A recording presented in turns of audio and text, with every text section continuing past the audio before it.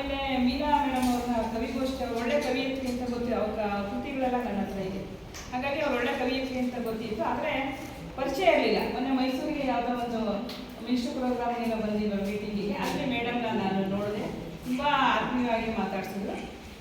ನಮ್ಮ ಒಂದು ಪುಟ್ಟ ಕಾರ್ಯಕ್ರಮಕ್ಕೆ ಕರೆದ್ರೆ ಅವ್ರು ಬರ್ತಾರೆ ಅಂತ ಅನ್ನಿಸ್ತು. ನಾನು ಕೇಳಿದೆ, ಮೇಡಮ್ ಬರ್ತೀರಾ ನೀವು ಅಂತೇಳಿ. ಹಾಗೆ ಪದ್ಮಿನಿಯವ್ರದ್ದು ಕೂಡ ನಾನು ಲೇಖಕಿಯರ ಬಳಗದ ಕಾರ್ಯಕ್ರಮದಲ್ಲಿ ಕೇಳಿದೆ, ಹಾಸನಕ್ಕೆ ನಾವು ಕರೆದಾಗ ಬರ್ತೀರಾ ಮೇಡಮ್ ಅಂತೇಳಿ. ಅವ್ರು ಖಂಡಿತ ಒಪ್ಕೊಂಡ್ರು. ಯಾಕೆ ನಾವು ಹೊರಗಡೆಯಿಂದ ನಮ್ಮ ದೊಡ್ಡ ದೊಡ್ಡ ಕವಿಯತ್ರಿಗಳನ್ನು, ಲೇಖಕಿಯರನ್ನ ಕರೆಸಬೇಕು ಅಂತಂದರೆ, ನಾವೆಲ್ಲರೂ ಕೂಡ ಇಲ್ಲಿರುವಂಥ ಎಲ್ಲ ಸಾಹಿತ್ಯ ಮನಸ್ಸುಗಳು ಬೆಳಿಬೇಕು ಅನ್ನುವಂಥ ಒಂದು ತುಡಿತವನ್ನು ಇಟ್ಕೊಂಡಿರುವಂಥವರು. ಬೇರೆ ಬೇರೆ ಈಗಾಗಲೇ ಹೆಸರಾಂತ ವ್ಯಕ್ತಿಗಳ ಒಂದು ಅನುಭವದ ಮಾತುಗಳನ್ನು, ಅವರ ಒಂದು ಹಿತವಚನಗಳನ್ನು ಕೇಳ್ಕೊಂಡಾಗ ನಾವು ಕೂಡ ಅವರಂತೆ ಬೆಳಿಬೇಕು. ಮುಂದೊಂದು ದಿನ ನಾವು ಹೇಗೆ ಇವರನ್ನ ಇಲ್ಲಿ ಕರ್ಸ್ಕೊಂಡಿದ್ದೀವೋ ಹಾಗೆ ನಿಮ್ಮನ್ನು ಕೂಡ ಮುಂದೆ ಬೇರೆ ಬೇರೆ ಕಡೆ ಕರ್ಸ್ಕೊಳ್ಳುವಂತಹ ವ್ಯಕ್ತಿಗಳಾಗಿ ನಾವು ರೂಪಿಸ್ಕೊಳ್ಬೇಕು. ಆ ನಿಟ್ಟಿನಲ್ಲಿ ನಮ್ಮಿಂದ ಏನು ಮಾಡ್ಲಿಕ್ಕೆ ಸಾಧ್ಯ?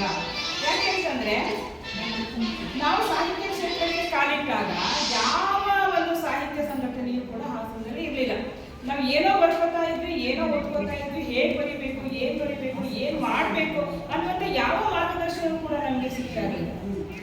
ನೋಡಿ, ಎಲ್ಲದಕ್ಕೂ ಗುರುಗಳಿದ್ದಾರೆ. ಇದು ಡ್ರಾಯಿಂಗ್ ಕಲಿತೀನಿ ಅಂದರೆ ಗುರುಗಳಿದ್ದಾರೆ, ನೃತ್ಯ ಕಲಿತೀನಿ ಅಂದರೆ ಗುರುಗಳಿದ್ದಾರೆ, ಮತ್ತೊಂದು ಕಲಿತೀನಿ ಅಂದರೆ ಗುರುಗಳಿದ್ದಾರೆ. ಅದು ಈ ಸಾಹಿತ್ಯವನ್ನ ಕಲಿತೀನಿ ಅಂತಂದ್ರೆ ಹೀಗೆ ಓದಬೇಕು, ಹೀಗೆ ಬರಿಬೇಕು ಅಂತ ಹೇಳುವಂತಹ ಯಾವುದೇ ಕಾಲೇಜಿಲ್ಲ, ಯಾವುದೇ ವಿಶ್ವವಿದ್ಯಾನಿಲಯ ಇಲ್ಲ. ಇಲ್ಲಿ ನಾವೇ ಗುರುಗಳಾಗಬೇಕು, ನಾವೇ ವಿದ್ಯಾರ್ಥಿಗಳಾಗಬೇಕು. ಹಾಗಾಗಿ ಸಾಕಷ್ಟು ಮಾರ್ಗದರ್ಶನಗಳು ನಮಗೆ ಬೇಕಾಗುತ್ತೆ. ಆ ಒಂದು ಕೊರತೆ ನನಗೆ ಅವತ್ತಿನ ದಿನಗಳಲ್ಲಿ ಕಾಡ್ತು. ನಾವಾಗೆ ಎಲ್ಲವನ್ನ ನಾವು ಇವತ್ತು ಏನೇನು ನಾವು ಓದ್ಕೊಂಡಿದ್ದೀವೋ, ಬರ್ಕೊಂಡಿದ್ದೀವಿ, ಅದೆಲ್ಲ ನಮ್ಮ ಸ್ವಯಂ ಅನುಭವಗಳೇ, ಸ್ವಯಂ ಶ್ರಮವೇ ಆಗಿದ್ದೀವಿ. ಅಂತಹ ಒಂದು ಸಂಕಷ್ಟಗಳು ನಮ್ಮ ಇವತ್ತಿನ ಕವಿಯತ್ರಿಗಳಿಗೆ ಅಥವಾ ಕವಿಗಳಿಗೆ ಬರಬಾರ್ದು. ನಮ್ಮ ಕೈಲಿ ಆದಷ್ಟು ಏನಾದರೂ ಒಂದು ಅನುಕೂಲಗಳನ್ನ ಮಾಡಿಕೊಡ್ಬೇಕು ಅನ್ನೋ ನಿಟ್ಟಿನಲ್ಲಿ ಈ ಒಂದು ಸಾಹಿತ್ಯ ಕಾರ್ಯಕ್ರಮಗಳನ್ನ ನಾವು ನಡೆಸ್ಕೊಂಡು ಬರ್ತಾ ಇದ್ದೀವಿ. ಹಾಗೆಯೇ ಈ ಅಭಿನಂದನಾ ಬಳಗ ಹೇಳ್ಬಿಟ್ಟು ಅಂತಂದ್ರೆ ಅದನ್ನ ಹೇಳ್ಬಿಡ್ತೀನಿ. ಹಾಸನ ಜಿಲ್ಲೆಯಲ್ಲಿ ತುಂಬ ಹೆಸರಾಂತ ಲೇಖಕಿಯರಿದ್ದಾರೆ, ಹೆಸರಾಂತ ಈಗಾಗಲೇ ರಾಜ್ಯ ಮಟ್ಟದಲ್ಲಿ ಹೆಸರು ಮಾಡಿರುವಂತಹ ಕವಿಗಳಿದ್ದಾರೆ, ಲೇಖಕಿಯರಿದ್ದಾರೆ. ಆದರೆ ಸಾಹಿತ್ಯ ಪರಿಷತ್ತಿನ ಕಡೆಯಿಂದ ನಡೆಯುವಂತಹ ಸಾಹಿತ್ಯ ಸಮ್ಮೇಳನಗಳಲ್ಲಿ ಮಹಿಳೆಯರಿಗೆ ಪ್ರಾತಿನಿಧ್ಯವೇ ಇಲ್ಲ. ಕವಿಗೋಷ್ಠಿಗೆ ಒಂದೆರಡು ಕವಿಯತ್ರಿಗಳನ್ನ ಹಾಕೊಳ್ಳೋರು, ಗೋಷ್ಠಿ ಅದು ಮಹಿಳಾ ಗೋಷ್ಠಿ ಅಂತ ಮಾಡಿ ಒಂದು 3-4 ಜನ ಹಾಕೊಳ್ಳೋರು, ಮತ್ತೆ ಪ್ರಧಾನ ಯಾವುದೇ ಗೋಷ್ಠಿಗಳಲ್ಲೂ ಕೂಡ ಮಹಿಳೆಯರಿಗೆ ಅವಕಾಶ ಕೊಡ್ತಾ ಇರಲಿಲ್ಲ. ನಾನು ಇಲ್ಲಿ ಒಂದು ಸಾಹಿತ್ಯ ಪರಿಷತ್ತಿನ ಹಿಂದೆ ಸುಮಾರು ಒಂದು 10 ವರ್ಷದ ಹಿಂದೆ ನಾನು ಕೂಡ ಕಾರ್ಯಕಾರಿ ಸಮಿತಿಯಲ್ಲಿದ್ದೆ. ಪ್ರತಿ ಮೀಟಿಂಗಲ್ಲಿ ಆದಾಗಲೂ ನನ್ನ ವಾದ ಇದ್ದೇ ಇರೋದು, ಮಹಿಳೆಯರಿಗೆ ಸಮಾನವಾದ ಅವಕಾಶ ಕೊಡಿ, 10 ಜನ ಪುರುಷರು ತಗೊಂಡು 10 ಜನ ಮಹಿಳೆಯರು ಕೊಡಬೇಕು ಅಂತ ನಾನು ವಾದಿಸ್ತಾ ಇದ್ದೆ. ಎಲ್ಲರೂ ಅವ್ರು ಏನು ಶೈಲಜಾ ಅಂತಂದ್ರೆ ಬರೀ ಜಗಳ ಮಾಡೋಕ್ಕೆ ಬರ್ತಾರೆ ಅಂತ.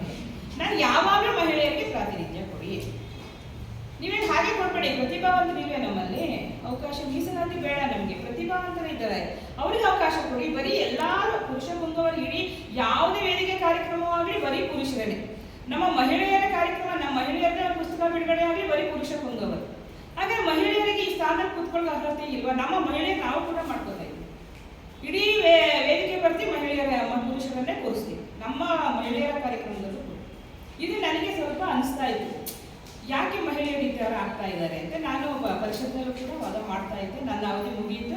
ಆ ನಂತರ ಬಂದಂಥ ಅಧ್ಯಕ್ಷರು ಹೇಳ್ತಾ ಇದ್ದೆ, ನೀವು 3-4 ಸಮ್ಮೇಳನ ಮಾಡ್ತಿರಲ್ಲ, ಒಬ್ಬರಿಗಾದ್ರೂ ಮಹಿಳೆಯರಿಗೆ ಅವಕಾಶ ಕೊಡಿ ಸಮ್ಮೇಳನ ಅಧ್ಯಕ್ಷರಿಗೆ ಅಂತ ಹೇಳಿದೆ. ವಾದ ಮಾಡಿದೆ, ಯಾರೂ ಒಪ್ಕೊಳ್ಳಿಲ್ಲ. ನನಗೆ ಒಂಥರ ರೋಷ ಬಂತು. ಅಂದರೆ ನಿಮ್ಮನ್ನೇನು ಬೇಡ್ಕೊಳ್ಳೋದು ನಾವೇ ಮಾಡ್ತೀವಿ ನೋಡಿ ಅಂತ ಒಬ್ಬ ಹಿರಿಯ ಪತ್ರಕರ್ತೆಯನ್ನ ಅವರು ಸಾಹಿತಿ ಕೂಡ ಅವರು ಲೀಲಾವತಿಯವರನ್ನ ಅಧ್ಯಕ್ಷರನ್ನಾಗಿ ಮಾಡಿ ಒಂದು ಅತ್ಯಂತ ಸ್ಮರಣೀಯವಾದಂತಹ ಇತಿಹಾಸವನ್ನು ಸೃಷ್ಟಿ ಮಾಡಿಸಿದಂತಹ ಒಂದು ಅದ್ಭುತವಾದಂತಹ ಒಂದು ಸಮ್ಮೇಳನವನ್ನು ಮಾಡಿದ್ವಿ. ಪುರುಷರನ್ನು ಕರೆದ್ವಿ, ಬರೀ ಮಹಿಳೆಯರನ್ನೇ ಮಾಡಲಿಲ್ಲ, ನಾವು ಪುರುಷರನ್ನು ಕರೆದ್ವಿ, ಮಹಿಳೆಯರು ಎಲ್ಲ ಇಡೀ ರಾಜ್ಯಾದ್ಯಂತ ಮಹಿಳೆಯರನ್ನು ಕೂಡ ನಾವು ಕರೆದ್ವಿ. ಅದ್ಭುತವಾದಂತಹ ರಾಜ್ಯ ಮಟ್ಟದ ಸಮ್ಮೇಳನವೇನೋ ಅನ್ನುವಂತೆ ಭಾಸವಾಗುವಂಥ ರೀತಿಯಲ್ಲಿ ಜಿಲ್ಲಾ ಮಟ್ಟದ ಸಮ್ಮೇಳನವನ್ನು ಮಾಡಿಕೊಂಡ್ವಿ. ಆ ಒಂದು ಸಂದರ್ಭದಲ್ಲಿ ಹುಟ್ಟುಕೊಂಡಂಥದ್ದು ಅಭಿನಂದನಾ ಬಳಗ. ಅಭಿನಂದನಾ ಬಳಗವನ್ನು ಹುಟ್ಟು ಹಾಕಿ ಮಹಿಳೆಯರು ಕೂಡ ಯಾರಿಗೆ ಸರಿಸಮಾನವಾಗಿ ಯಾರಿಗೂ ಕೂಡ ಒಂದು ಬೆರಳಿಸಿದ ರೀತಿಯಲ್ಲಿ ಕಾರ್ಯಕ್ರಮವನ್ನು ಮಾಡ್ಬೋದು ಅಂತ ಇಡೀ ಜಿಲ್ಲೆಗೆ ನಾವು ನಮ್ಮ ಇಡೀ ಮಹಿಳೆಯರ ತಂಡ ತೋರಿಸ್ಕೊಡ್ತು ಅದ್ಭುತವಾದಂತಹ ಕಾರ್ಯಕ್ರಮವನ್ನು ಮಾಡಿ. ವಿಶೇಷವಾಗಿ ಹೇಗೆ ಅಂತಂದ್ರೆ ಸಮಯ ಪಾಲನೆ, ದಯವಿಟ್ಟು ಮೇಡಮ್ ಕ್ಷಮಿಸಬೇಕು. ಅವತ್ತು ನಾವು ಹೆಂಗೆ ಸಮಯ ಪಾಲನೆ ಮಾಡಿದ್ವಿ ಅಂತಂದ್ರೆ ಸಮಯದ ಪಾಲನೆ ಇಲ್ಲದೆ ಇರುವಂತಹ ರಾಜೇಶ್ವರಿ ಅವರನ್ನ ಸಮಯ ಪಾಲನೆಗೆ ನಿಲ್ಲಿಸಿದ್ವಿ ನಾವು, ಖಂಡಿತವಾಗಿ ಹೇಳ್ಬೇಕಲ್ಲಿ ಅಂತೇಳಿ. ಆಮೇಲೆ ಇದು ಮೆರವಣಿಗೆ ತುಂಬಾ ಅದ್ಭುತವಾದಂತಹ ಮೆರವಣಿಗೆ ಮಾಡಿದ್ವಿ. ಅಧ್ಯಕ್ಷರಿಗೆ ಹೇಳಿದ್ವಿ, ನೀವು ಬರ್ಲಿಲ್ಲ ಅಂದ್ರೆ ಖಾಲಿ ರಥ ಹೊರಡುತ್ತೆ, 9 ಗಂಟೆ ಕರೆಕ್ಟ್ ರಥ ಹೊರಡುತ್ತೆ, ನೀವು ಬಂದಾಗ ಕೂತ್ಕೋಬೇಕಿಲ್ಲ ಅಂದ್ರೆ ಖಾಲಿ ರಥ ಹೊರಡಿಸ್ತೀವಿ ನಾವು ಅಂತೇಳಿ ಹೇಳಿದ್ವಿ. ಹಾಗೆ ಗೋಷ್ಠಿಗಳಲ್ಲೂ ಕೂಡ ಅಷ್ಟೇ, ಇಬ್ಬರಿಗೆ ಗೋಷ್ಠಿಗಳು 15 ನಿಮಿಷ ಮಾತಾಡ್ಬೇಕಾದ್ರೆ 15 ನಿಮಿಷ ಅಷ್ಟೇ ಪಟಕ್ಕಂತ ಚೀಟಿ ಹೋಗ್ತಾ ಇತ್ತು, ನಿಲ್ಲಿಸ್ಬಿಡ್ಬೇಕು. ಆ ರೀತಿಯಾದಂತಹ ಸಮಯ ಪಾಲನೆಯನ್ನ ಮಾಡಿದ್ವಿ. ಪ್ಲಾಸ್ಟಿಕ್ ಬಳಕೆಯನ್ನ ಮಾಡಿದ ಹಾಗೆ ನೀರಿನ ಲೋಟದಲ್ಲಿ ನಾವು ನೀರನ್ನ ಕೊಡ್ತಾ ಇದ್ವಿ. ಹಾಗೆ ಅದು ಕೆಲವೊಂದು ಹಾಗೆ ಹೂವಿನ ಬದಲಾಗಿ ಬೆಲ್ಲನ ಕೊಡುವಂಥದ್ದು. ಮತ್ತೊಂದು ಅಂತಂದ್ರೆ ನಮ್ಗೆ ತುಂಬಾ ಚೆನ್ನಾಗಿ ಆ ಸಮಯದಲ್ಲಿ ನಮಗೆ ಇದು ಸಂಪನ್ಮೂಲ ಒದಗಿ ಬಂತು. ನಮ್ಗೆ ಇದು ಶ್ರವಣ ಬೆಳಗದ ಸ್ವಾಮೀಜಿಯವರು ನಮ್ಗೆ ಸಂಪನ್ಮೂಲವನ್ನು ಒದಗಿಸ್ಕೊಟ್ರು, ಬೇರೆಯವರೆಲ್ಲ ಒದಗಿಸ್ಕೊಟ್ರು.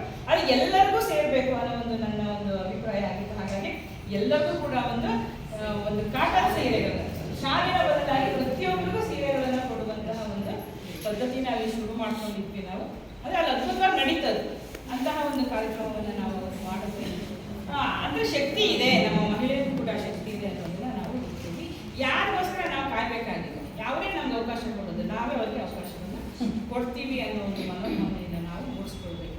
ಆ ನಿಟ್ಟಿನಲ್ಲಿ ನಾವು ಈ ರೀತಿಯಾದಂಥ ಕಾರ್ಯಕ್ರಮಗಳನ್ನ ಈಗ ದಸರಾ ಕವಿಗೋಷ್ಠಿಯಲ್ಲಿ ಹೇಳಿದ್ರು, ಇದರ ಪರವಾಗಿಲ್ಲ, ಆದರೆ ಎಷ್ಟೋ ಜನಕ್ಕೆ ನಾವು ದಸರಾ ಕವಿಗೋಷ್ಠಿಯಲ್ಲಿ ಭಾಗವಹಿಸಿಲ್ಲ ಅನ್ನುವಂಥ ಒಂದು ಕೊರಗೆ ಇರುತ್ತೆ.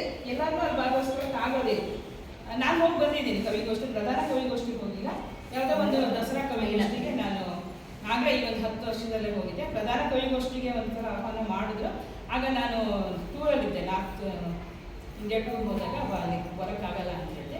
ಹಾಗೆಯೇ ಮತ್ತೆ ಅವಕಾಶ ನನಗೆ ಬರಲೇ ಇಲ್ಲ. ಪ್ರಧಾನ ಕವಿಗೋಷ್ಠಿಗೆ ನಾನು ಭಾಗವಹಿಸಬೇಕು ಅಂತ ಅನಿಸಿತ್ತು ನನಗೆ, ಮತ್ತೆ ಅವಕಾಶ ಅದು ಸಿಗಲಿಲ್ಲ ನನಗೆ.